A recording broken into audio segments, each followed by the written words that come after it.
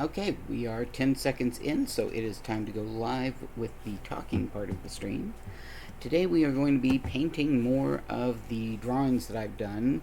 Uh, these two were suggestions from a friend of mine, but we are going to be painting a racing snail that I drew and a squirrel who... the prompt was squirrel job interview, so that's what we're going to be working on. Alright, I'm going to swap over to the camera. Probably going to be a fairly short stream because it is tax-free weekend in my state, which means that I need to take my kids to go and get new school clothes. Alright, so let's get started with the racing snail first. Now, snails are, well, they're snails. They generally have a fairly plain colored body, so we're going to start with that. And then, I gotta get a bit more water here. There we go. You gotta get it where the colors move a little bit, so. Otherwise you're not gonna pick up any pigment. And you end up with, nothing really on your page. So I would have done this middle of the night like I prefer to do my streams, except that the lighting here is not that good in the middle of the night. You guys might have noticed that it's fairly dark when I do my gaming streams. I'm a bit hard to see, and so with crafting streams, I would prefer to let you guys see more details than what you would if I were doing it in the middle of the night. I did have some decent ring lights that I could use, but as we are in the middle of moving and I'm popping back and forth between two different houses as to where I'm staying, I've been unplugging those from my laptop, and then it's just a pain to get them plugged back in. So I don't do that as often as I should. So I'm working with the much smaller camera ring light that is specific to the camera that I'm using for the streams. Now, I'm not trying to get a perfect, even color on this snail's body. I don't know how often you look at snails, but if you do fairly often, you'll see that it's kind of modeled on their body. It doesn't all have just one even, neat coloration. You know, some parts are darker. Now this, I could do like a leopard slug coloration, which is very different colors in different spots. Like they have big black splotches, which is where they get their name, the leopard slug. That, and I believe they're a predatory slug, which is always interesting to hear. I have seen leopard slugs both eating other bugs and being eaten by other bugs, so though they're far more likely to fall victim to a frog than most of the bugs around here. They will definitely eat other bugs, though, which is just such a bizarre concept. How do you fail so much in life that you get eaten by a slug? They barely move. How do they hunt? And yet they somehow manage. So, you know. Mostly I find them eating, like, already dead bugs, though. Ones that they didn't kill. Or who knows, maybe they did and I just wasn't there to see the kill. Maybe they are, like, pouncing on and murdering other bugs just blatantly. And I just didn't see that part, so I assumed that they just found them already dead. Who knows? You can see that the color of the calligraphy ink that I've been using has switched. This one is more gold ink instead of the purple I was using. Okay, so now that the slug's body is done, we're going to go ahead and we're going to do kind of a greenish mucus trail behind it because, of course, you think mucus, you think green. So, let's get some good coverage on the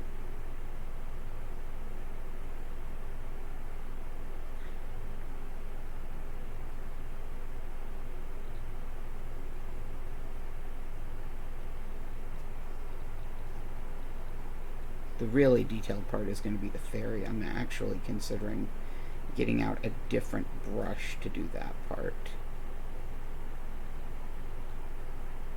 Because, well, don't get me wrong, I like this watercolor brush. He's got a lot of tiny details.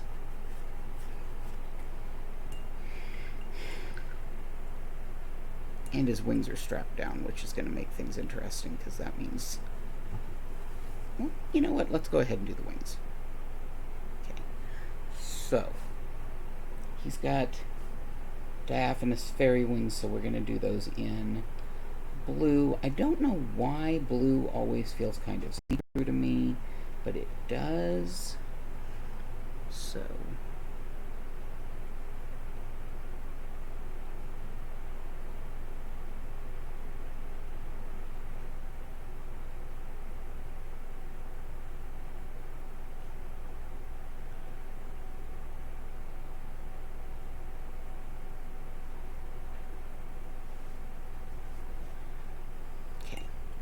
Well, they ended up green because of the yellow calligraphy ink versus the blue paint, but still, they look okay, sort of. And then his hat is going to be red. I don't know why, but my brain always associates red hats with jockeys. Probably because that's the color hat that most jockeys that I have come across tend to wear. Okay. For the snail's shell, we're actually going to go with a different color. Instead of being, one of the standard brown, gray, things like that, we're going to say that racing snails in this fairy world are bred for colorful, extravagant shells.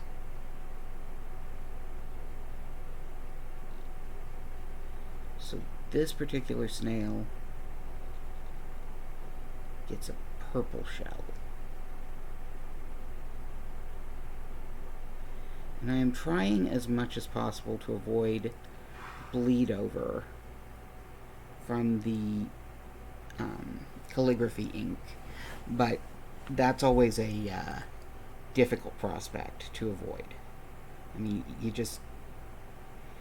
the whole point of watercolor paper, for the most part, is to allow bleeding, because that's one of the big joys of watercolor, is the mingling and mixing of other colors. And this being multimedia paper, it's not only watercolor, but it's also for acrylics, for oils, for colored pencils, for any number of different media, or I think media is the right term. And so, it's meant to have the playful, multiple sources, multiple blends, and so we're kind of banking on that. But I'm also trying not to muddy the lines that I've drawn too much at the same time. So, one of the best things I've found about this watercolor paper is, holy crud, do the watercolor, or this mixed media paper, is holy crud, do the watercolors dry super fast. So I can do this picture and then go and do another picture, and by the time I finish that other picture, this one will be dry.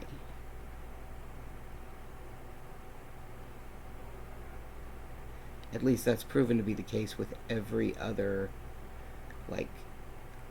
watercolor picture I've done. So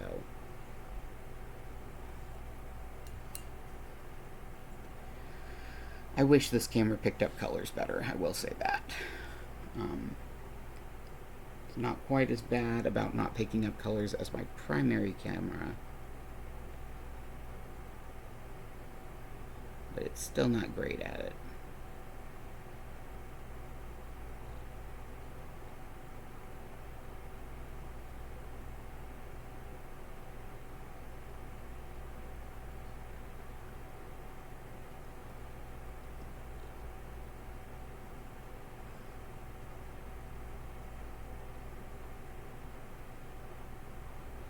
It was an interesting prospect when I was originally drawing this, trying to figure out how a harness system that would hold a jockey's platform on a snail for snail racing would work. And what I ended up realizing was that they would have to have an actual platform. It couldn't just be oh, I'm going to sit on the snail's shell and ride. So I made a harness system that, as you can see, has multiple points to hold the jockey in place on top of the shell. But it also has, a multi-point bridle, because otherwise the jockey would be pulling at the snail's head, and snails are kind of squishy, so would have probably resulted in an injured snail, or, made it really hard for the snail to go fast because its head was yanked back. So I ended up implementing this right here, which is, right here is a little brace that comes off of the shell itself and keeps that harness, the bit and bridle, right at the head level of the snail.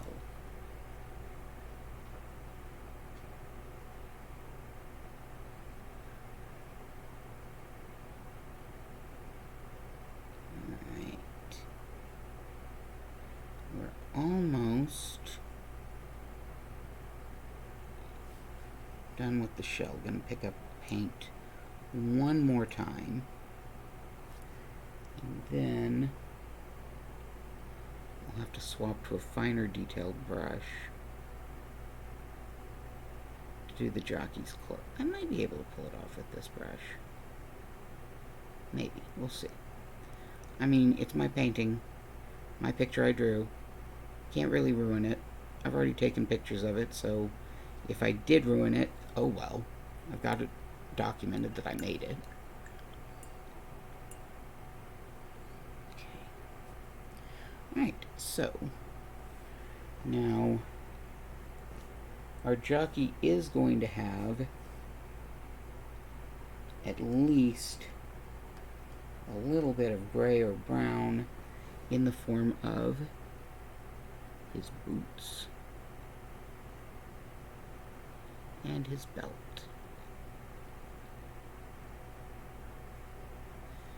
Gray and brown turned out more yellow because of the ink, but there's only so much I can do about that.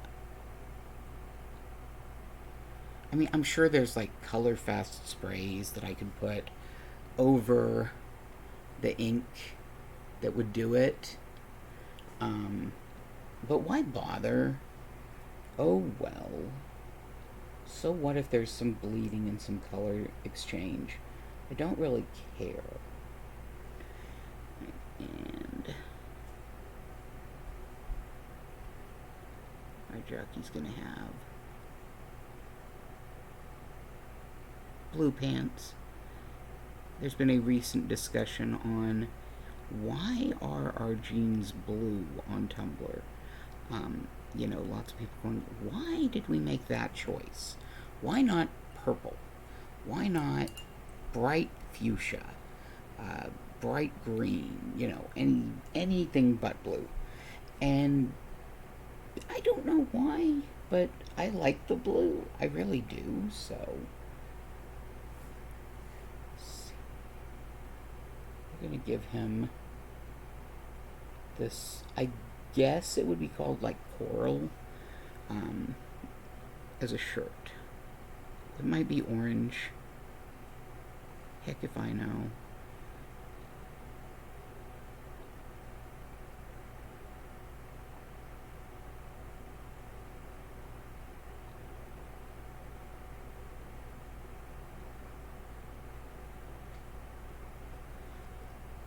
Okay. Last detail we're going to do is his skin color. And in this case, we are going with a pale peach. I actually would have done this color for his skin, except I'd already used it on the snail. So.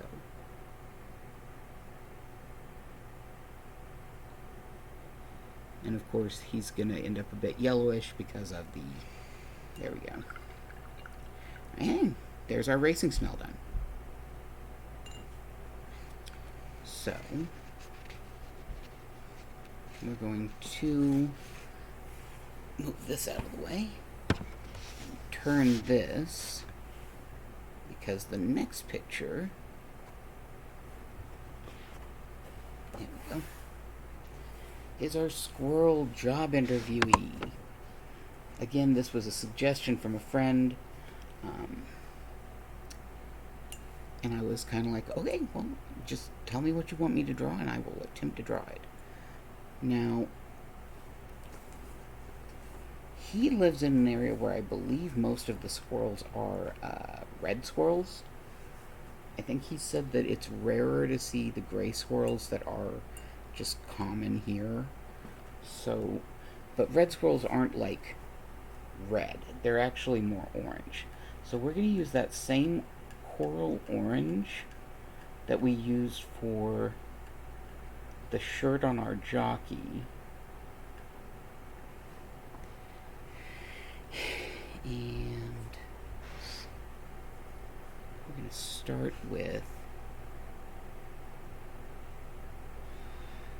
his ears.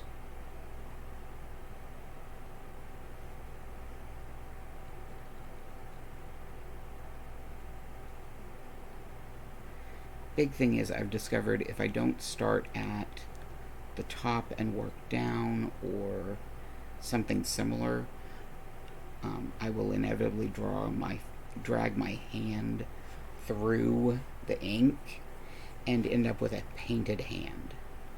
So I'm trying to avoid doing that.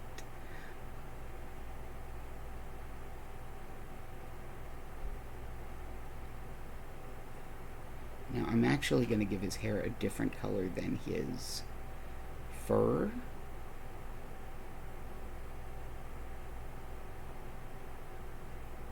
Just to try and differentiate those areas, so.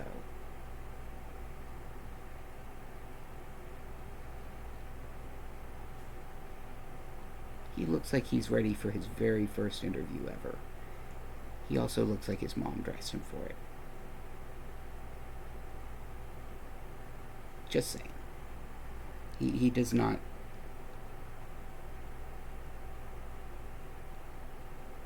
Yeah, he very much looks like a teenage squirrel who is about to go to that first interview ever. Hope he nails it. Hopes he gets this job. Maybe it's a really good job at like a grocery store instead of a, fast food job. So he's really wanting to do good. He's really eager. That's the vibes I get from him, at least. He's going to show that interviewer just what he's made of and how awesome he is.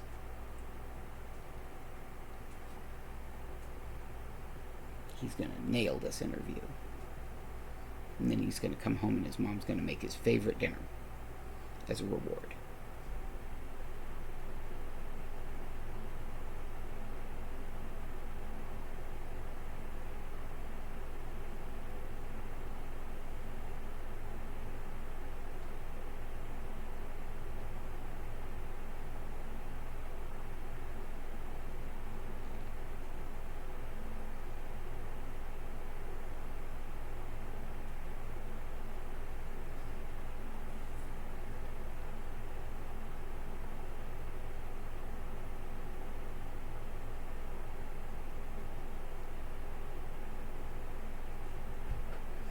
She'll make that acorn stew he loves so much.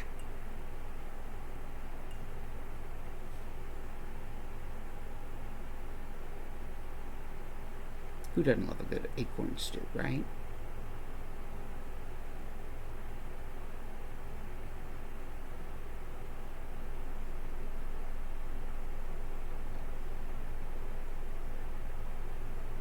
I'm sure there are actual recipes for acorn stew.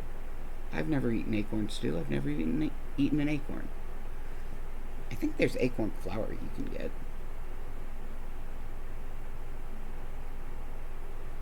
Go ahead and get his hands too.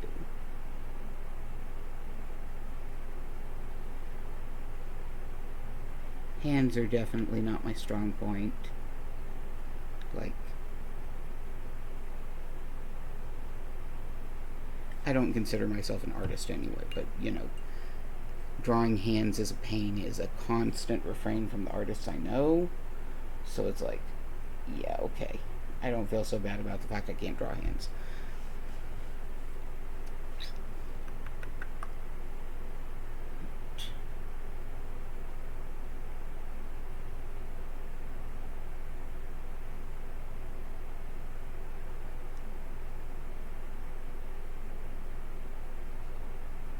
Like, apparently hands are the bane. Hands, feet, and I think eyes are like the bane of every artist out there. So,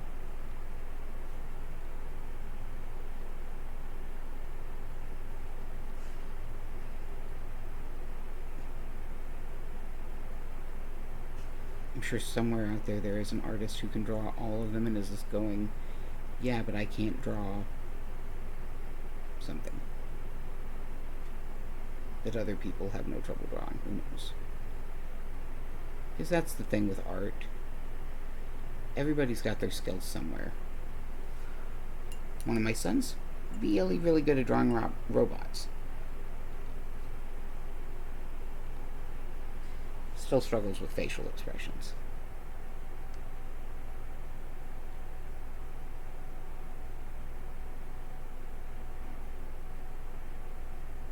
And yet, he can draw the most sarcastic looking expression with just a few lines.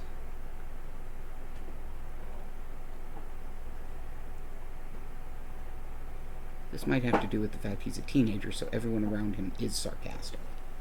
Who knows?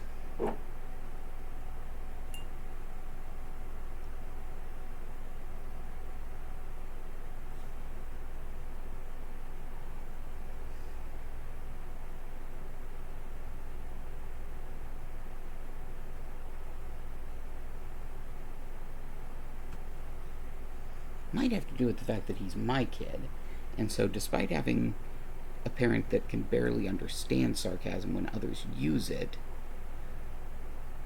I use sarcasm all the time without meaning to. People don't realize that I'm a very sarcastic person. Not intentionally, just it happens.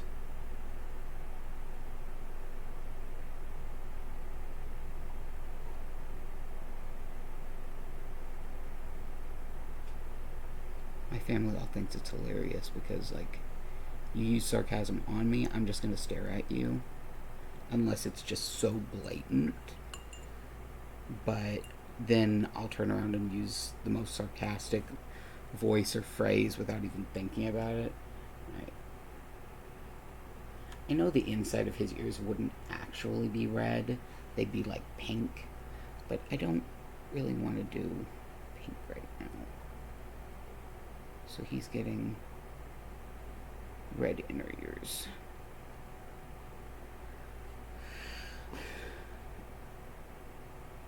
That hopefully don't blend in too much with the orange of the rest of him. As it is, his hand has completely blended into the tail. Maybe I'll... Actually, that's a good idea. Kiddo. Hey. Can you get me the very finest tip of the paintbrushes there? Like the thinnest, tiniest tip.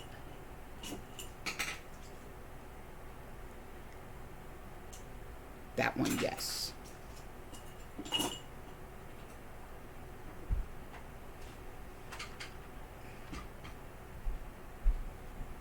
Send. Yeah. Thank you. I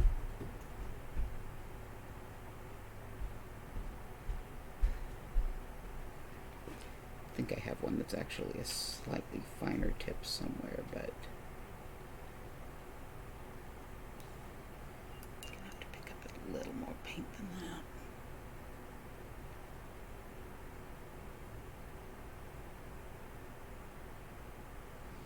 There we go. Okay. Ooh.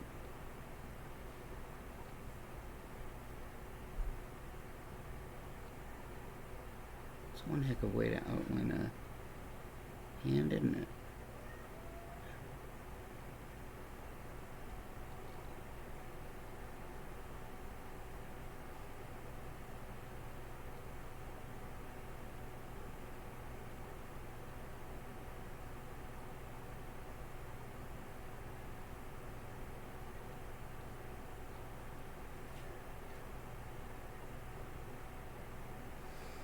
I just realized by going in and outlining the hands, I now have to go in and outline everything.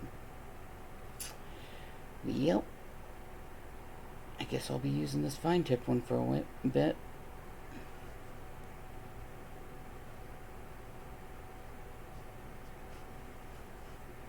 Maybe that's what I should have done from the start.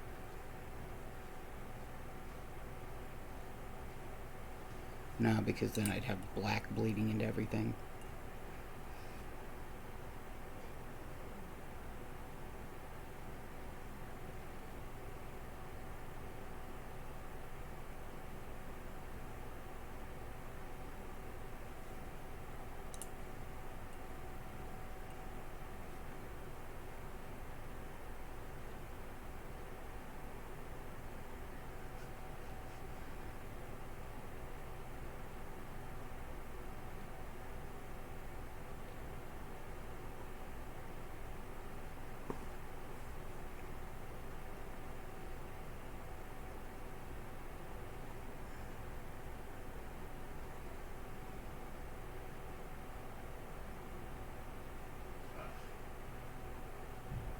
Honestly, a good thing I'm having to hold my palette like I am, because if I weren't, I'd be picking this up to work on it, which is not really conducive to the stream, you know, if I keep picking up the art and moving it closer to me, which is moving it away from the camera. So we're just gonna keep outlining at a distance, awkward though it might be.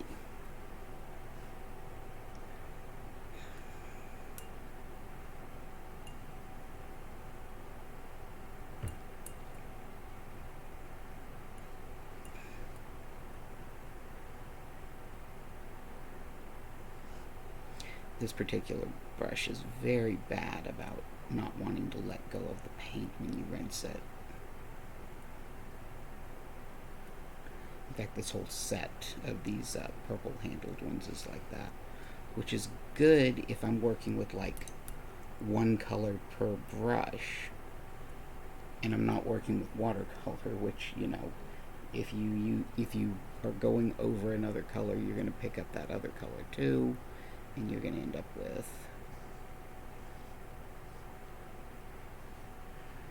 muddy paints, which I don't want. That's why I rinse pretty much every time that I pick up more paint.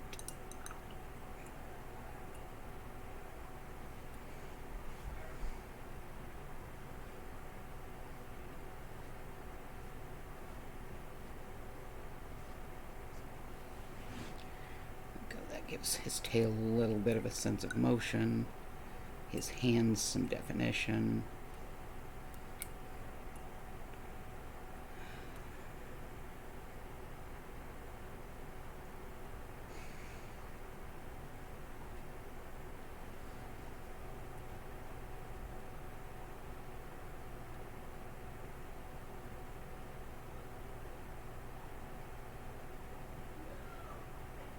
is very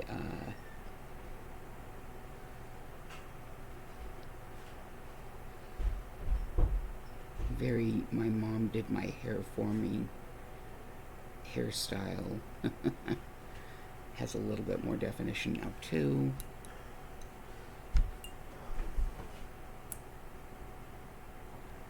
Fair warning, I'm doing my crafting stream.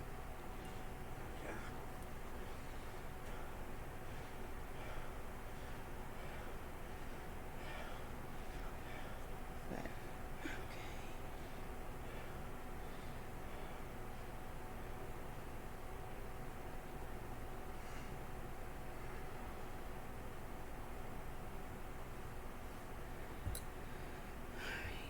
So, just getting these little bits and bobs colored in, and then, well, actually we're highlighting the areas that have already been colored with black to differentiate that this is, you know, this is the inner ear, this is the outer ear. Give him his nice smile. He's absolutely gonna best this job interview, you know? His mom told him he would.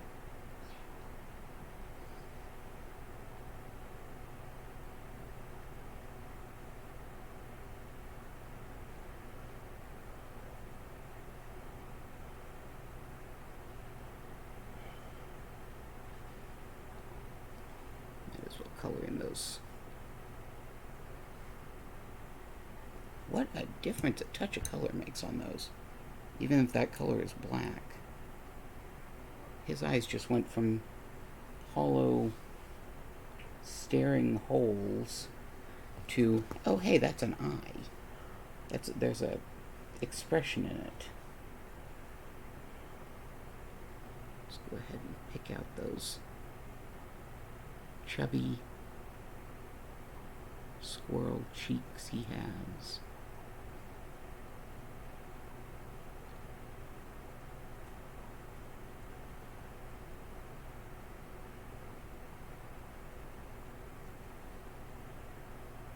And his irresponsibly wide collar.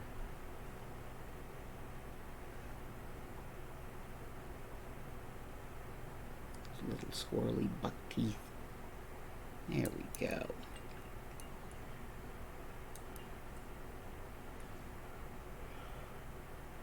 Now, I have done something while I was working on this that makes every artist I know cringe, which was I left my watercolor brush sitting in the water the whole time. But I'm not doing that with the other brush, just the watercolor one. Okay. You can see where I dropped that paintbrush and smudged things. Okay. Now I'm going to have to go over everything with black again once I've painted, but he's going to be, since he's doing an interview, his mom probably put him in like brown dress slacks. We're going to use this kind of gray brown instead of a proper brown.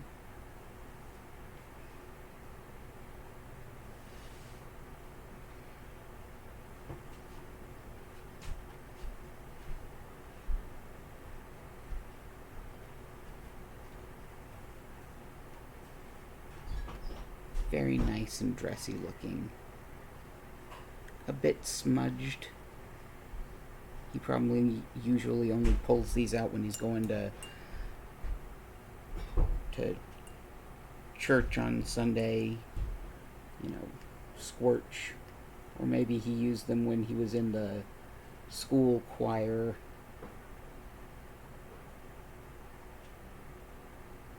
Whenever they had a concert, things like that.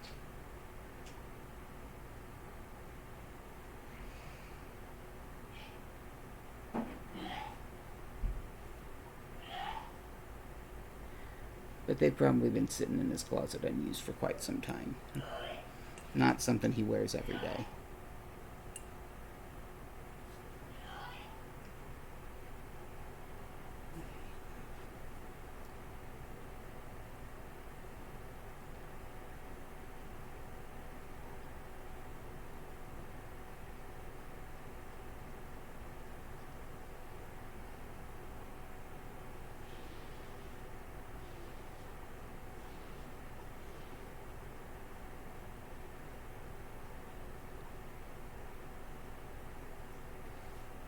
Would you call it Squirch if it's Squirrel Church?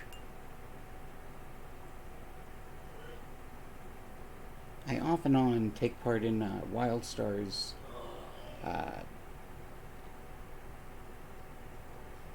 private server, that one of them that still exists since Carbine nuked WildStar entirely. Um, and it's a roleplay server because, of course, it is. Why would I play anywhere but a roleplay server? And they have a weekly get together that is the Vigilant Church for the Dominion, and they tend to refer to it jokingly, out of character, as Spurch, because it's Space Church. So for squirrels, would it be Squirch, because it's Squirrel Church? I don't know, but it's a funny idea.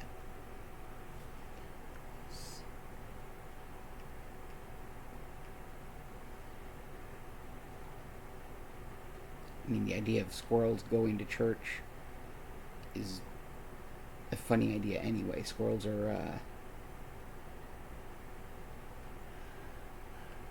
far more likely to put the fear of God in you than they are to have the fear of God themselves. Just saying. Lots of people are like, oh, it's a squirrel, it's so cute, it's harmless. No. Squirrels, especially squirrels that have been fed by humans, are mean. Because they know you've got food and they want it, and they are not taking no for an answer. Even if you don't actually have food, because they're so convinced that every human must have food. Because, I used to get fed by humans, therefore all humans should feed me now. This is why feeding your local wildlife is not necessarily the best idea. Especially not hand feeding them. Oh my goodness. A friend of mine used to feed the squirrels in the park where he lived, but those squirrels were already so habituated to humans that, he wasn't doing anything new. If you're a squirrel living in a park, you're used to humans. But random city wildlife, please do not feed it. Yeah, you can go to the duck pond and feed the ducks. Those ducks aren't going to be paying any attention to you existing because, they're, no. The ducks at our local duck pond are like, oh, it's a human. They must have food for me. And they will absolutely, especially the geese, will walk right up to you, and if you've got food in your hand, they'll try to take it out of your hand.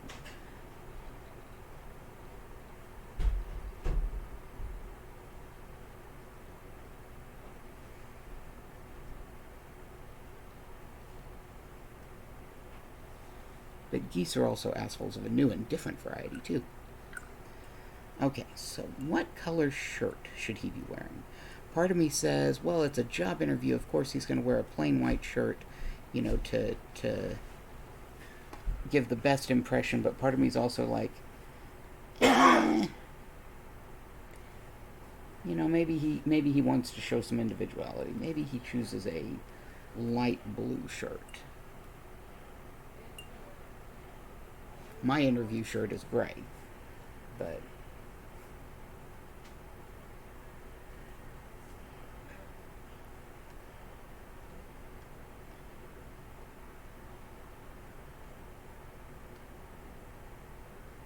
frankly, if I had it my way, I would interview for professional jobs wearing a Hawaiian shirt, because,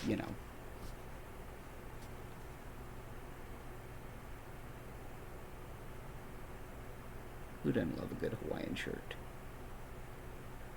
The brighter and bolder the pattern, the better.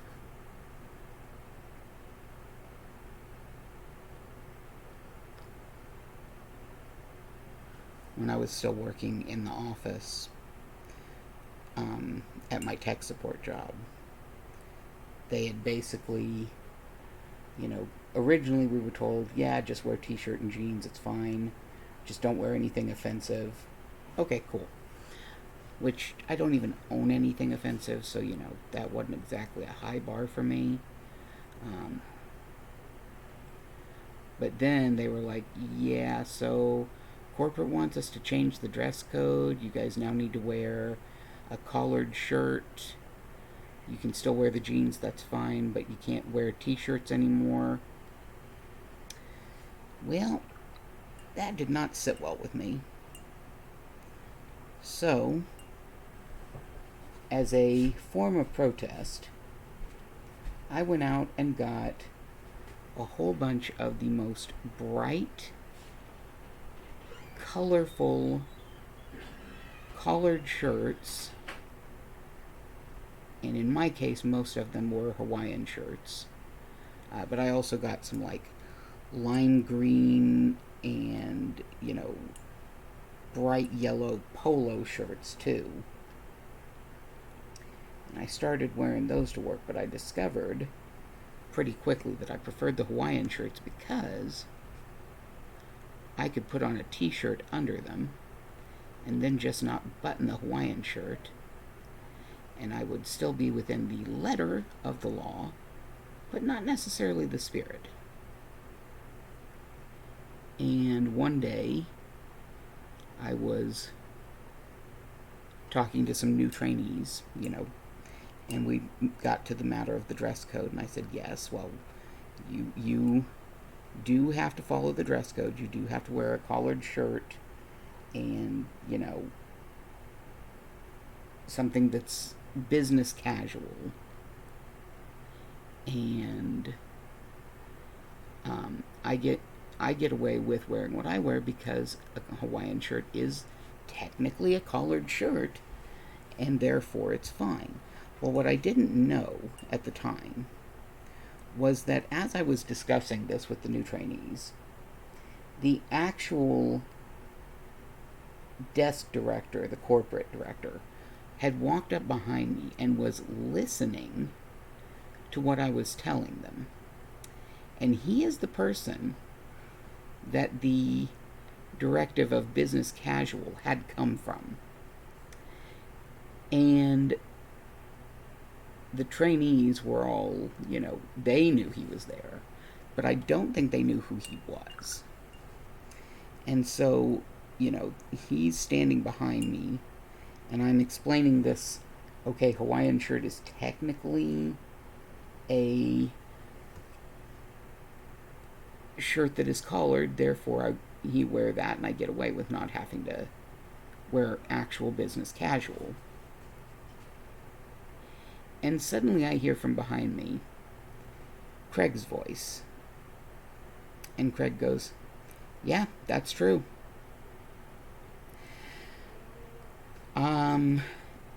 I'm glad he had the sense of humor about it, let's put it that way.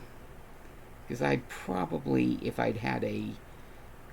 the desk director had not been as chill as Craig was about that, I probably could have gotten in big trouble for encouraging what was technically a form of insubordination, or at least the equivalent of malicious compliance to the trainees. Thankfully, he agreed with my logic, and therefore I got to get away with what I was wearing and with what I was teaching the trainees. Disappointingly, none of them took up the Hawaiian shirt mantra. They all did basic, boring business polos.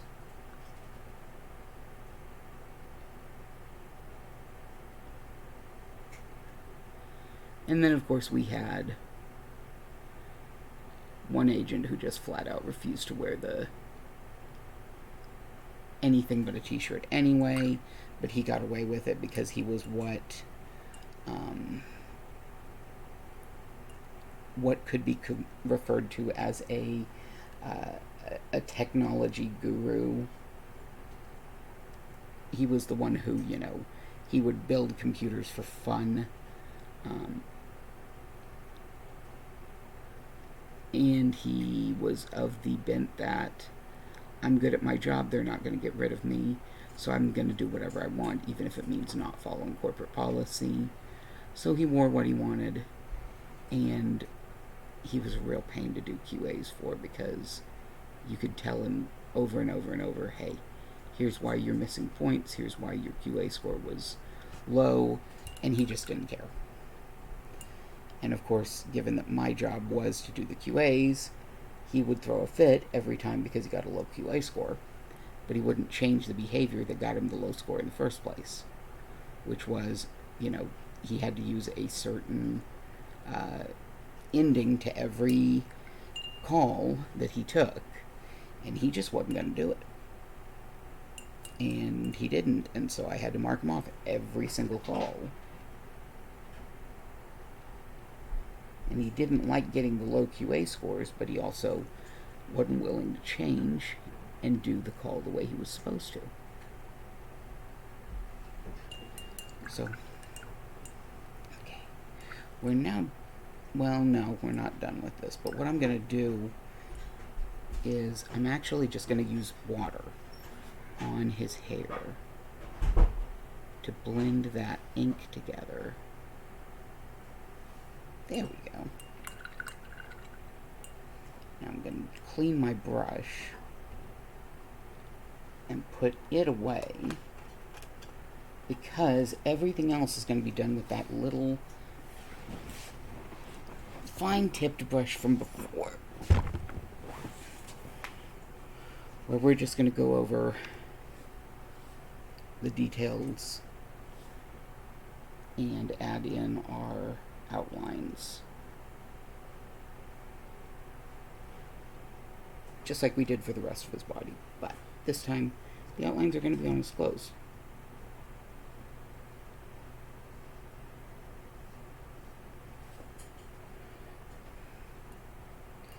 And you can see from the way I just touched the page that the inks, or the paint, has already dried.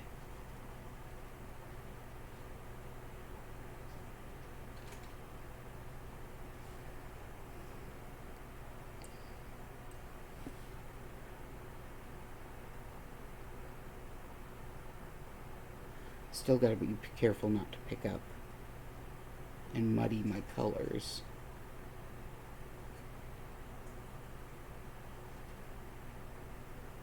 I mean, the color I've got left that I'm working with is black, so how muddy can it get? It's black.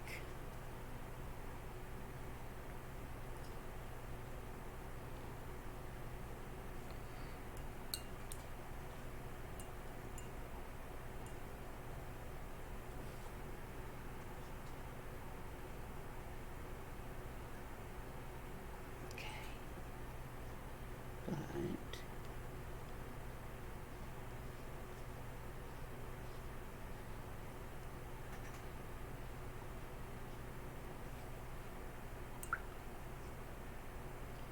look at how that makes things pop when we add that black. I should start doing that more often. I'm just not good at the whole outlining thing normally.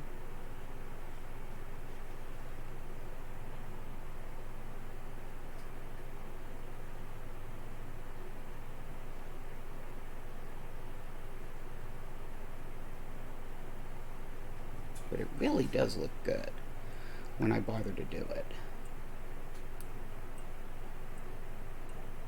Maybe that's why that Kelpie and unicorn statue looked so good, is because I did the outlining on those.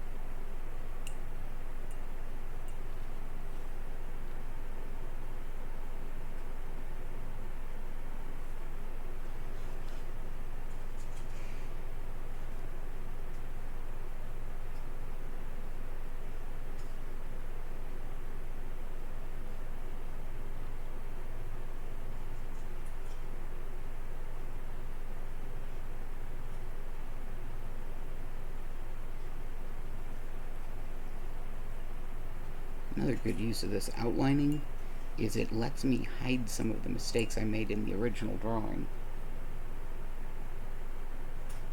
Because of course I made mistakes in the original drawing. Who doesn't? anyone who tells you, oh, I don't make mistakes when I'm drawing, is lying.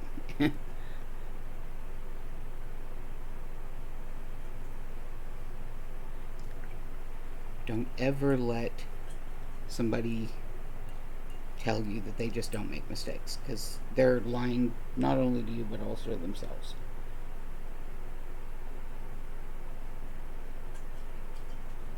Even the most skilled artist makes mistakes. Well, let me take that back. Bob Ross didn't make mistakes. Bob Ross had happy little accidents.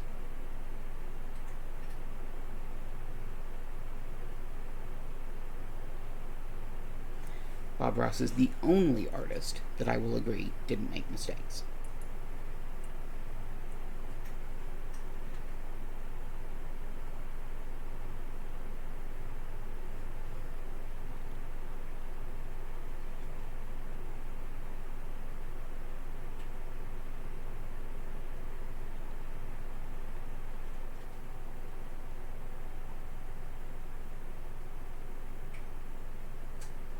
But I am almost done with this little guy. And honestly, I am really liking how he looks. Like, maybe that's why I don't consider myself a real artist, is because I actually enjoy the work I do. I like how it looks. I don't hyper critique it and feel like I'm a failure because it's not perfect. If I like how it looks, I like how it looks. We are going to add a little more black on the hair, but only to do the same thing we did on the tail. Give it a sense of motion.